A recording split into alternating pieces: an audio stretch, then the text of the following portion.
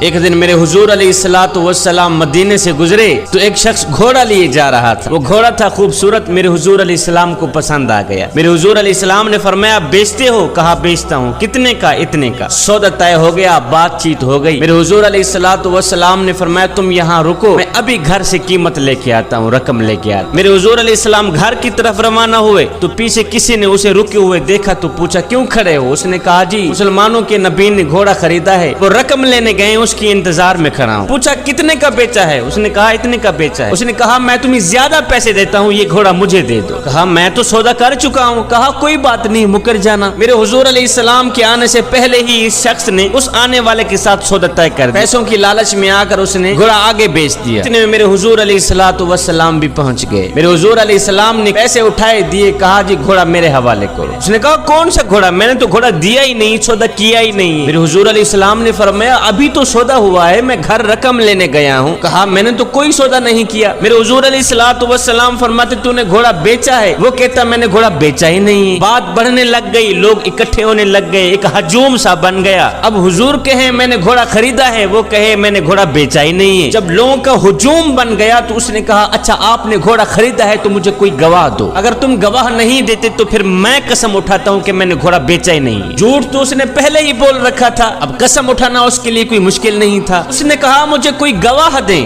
اب بھری بزم تھی, ہجوم تھا لوگوں کا, اس نے گواہ مانگ لیا ہے, لہذا اس وقت کوئی دیکھنے والا بھی نہیں تھا. جب سودا طے ہو رہا تھا کوئی دیکھنے والا ہی نہیں تھا, کوئی شخص وہاں موجود بھی نہیں تھا. قبل اس کے کہ کوئی دیر گزرتی اتنے میں حضرت خزیمہ رضی اللہ تعالیٰ عنہ دوڑتے ہوئے آئے. کہا میں گواہی دیتا ہوں, جتنے میں میرے حضور نے بتایا ہے اتنے میں ہی سودا ہوا ہے. میں گواہی دیتا ہوں, میں اس چیز کا گواہ ہوں, میرے حضور نے گھوڑا خریدا ہے اور پیسوں کی لالچ میں آ کر یہ شخص مکر گیا ہے. میں گواہی دیتا ہوں جتنے میں میرے حضور علیہ السلام نے بتایا ہے اتنے میں ہی سودا ہوا ہے. اس نے کہا پھر ٹھیک ہے, مجھے پیسے مل گئے ہیں, میرا مطالبہ پورا ہو گیا ہے, لہذا یہ لو گھوڑا جاؤ.